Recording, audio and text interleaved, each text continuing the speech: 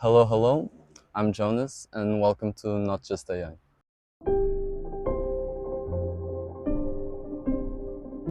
I'm making this video to explain why I'm making this channel, why I think it's important, and why I think you should care.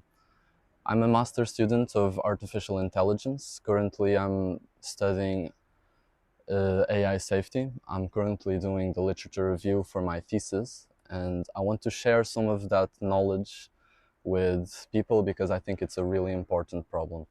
And basically there are two big problems that I want to address with this channel and with these videos that I want to start making. Um, the first one surrounds AI safety. AI safety is a topic that I believe is very hard to understand. There isn't very there isn't a lot of awareness in the public eye around the dangers of AI and these generalist systems that we're creating. There is this problem in AI safety that is the AI alignment problem.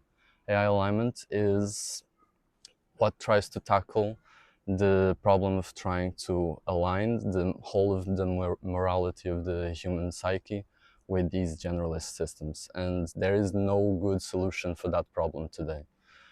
We have loads of big companies that are investing billions and billions into making these systems more and more capable and more able to substitute us in a large range of domains, but there isn't nearly as much funding in the AI safety field.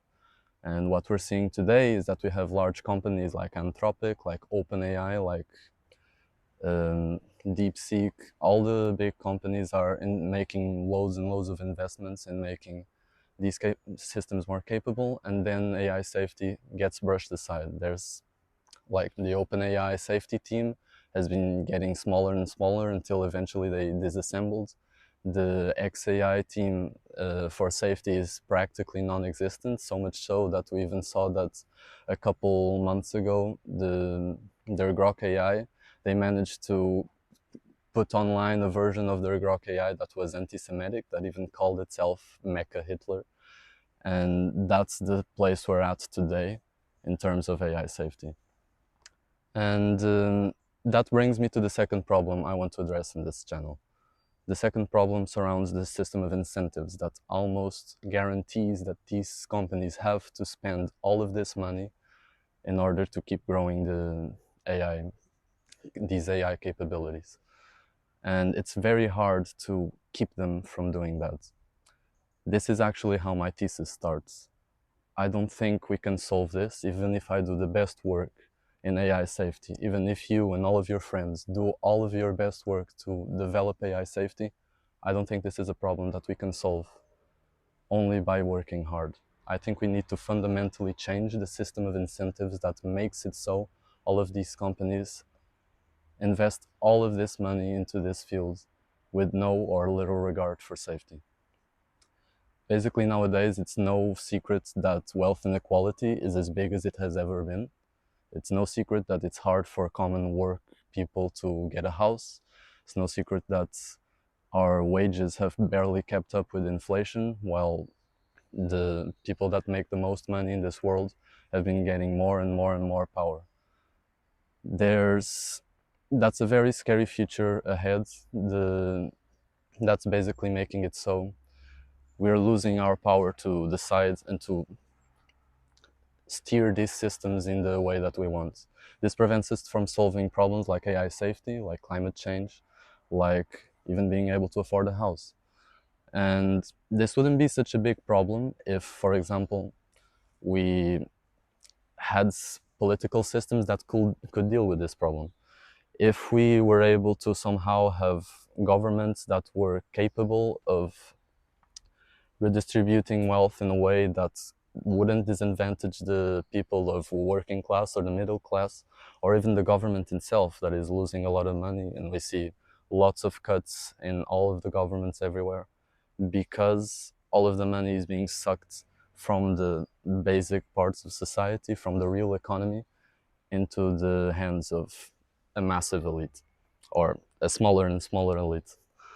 And yeah, the problem today is that the governments aren't really capable of addressing this wealth inequality, because it's a global problem, right? We have lots of countries that have this problem of um, massive wealth inequality, house prices going up, and we can't fix it promptly in any single country because it's a global problem, right? If we have a country like Portugal, which is where I'm from, that wants to solve it, if we start making cuts to, like, if we start redistributing wealth, if we start making it so some of this power of like media companies, of all the big companies, is redistributed among the people, then we start chasing away the money, the riches, because if we take more money from wealth,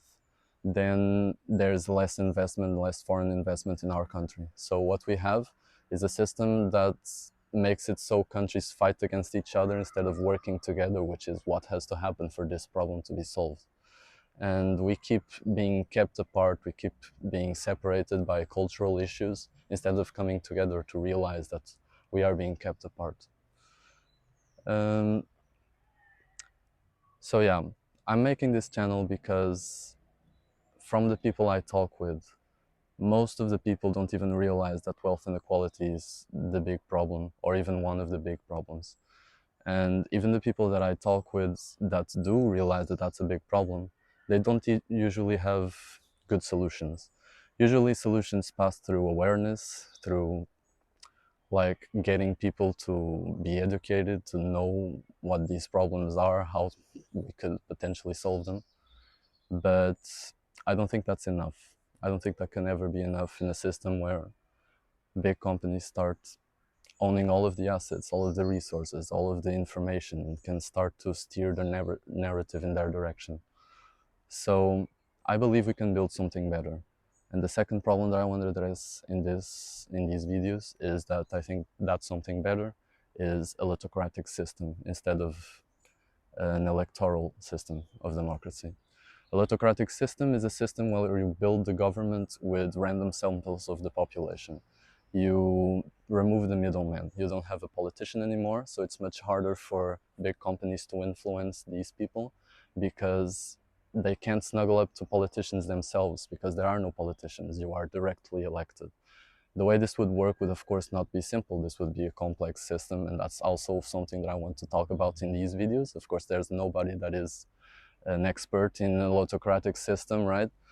I'm an expert in AI, AI safety specifically, and that's something that I want to talk about more in these videos. But I believe we can build something better. And the future is very dark. The future is very uncertain right now for a lot of people. We are very divided, not only in Portugal, but everywhere in the world. And I believe we can build something better. And I hope we can start looking at solutions for this. So that's my pitch. I think that we should come together to try to solve these problems. There is no good videos online right now for alternatives to the current system, alternatives that can make a government system that is truly resilient to a world where wealth inequality will dictate everything. And if we don't do anything about it, we have basically two options in front of us. Now that these AI systems are in sight to be as smart or smarter than us. One, if we don't do anything, like if we keep the current trajectory and these massive companies are able to create AI systems that are really intelligent, then what will happen is there will be even more of a convergence of power, and it will be much harder for us to do anything about it in the future. Because if we get AI systems that are able to substitute all the workers, then workers lose their only way of putting pressure on these companies. If they don't need workers anymore, then workers don't need to be accounted for. So what would end up in that situation is that we end up with a sort of oligarchy or pseudo-democracy. Or the second option, which is we reach these AI systems and they're not safe and they're misaligned. If that happens, then what we end up with is a system where we lose, where humans basically go extinct. That would spell the end of humanity itself. Because the same thing would happen as it happened with animals, right? Humans appeared and they're smarter than animals, and we were able to do whatever we wanted to animals. And if there's an entity that is smarter than us, then it will be able to do whatever it wants with us. And if its motives are misaligned with our motives, then it would not care about what we want. Just in the same way as if we want to build a skyscraper and there's an ant colony in the place where we want to build a skyscraper, we don't start talking with the ants and trying to tell them, oh, you have to move because we want to build a skyscraper here. No, we would just build it and the ant colony would go extinct. I know this looks very bleak. I know that this might even seem far-fetched, and I know that a lot of people might think, oh, can't we just like turn it off, pull the plug? And trust me, me and everyone else that studies AI safety have thought about that. But those questions and those concerns are also the things that I want to address in this channel. And I believe that together is the only way forward. So yeah, thanks for listening. There's also something that I wanted to bring attention to, which is an association called Make AI Human Again. They're making a contest, and like I think they have 10 prizes of 10,000 euros, 5,000 euros for videos, and anyone that does anything with AI, about AI safety. It can be a comic, it can be a book, a video. And I want to bring some attention to that. I think only together we can make a difference. And yeah, thanks for listening. And I'll see you next week, hopefully, or in 2 weeks.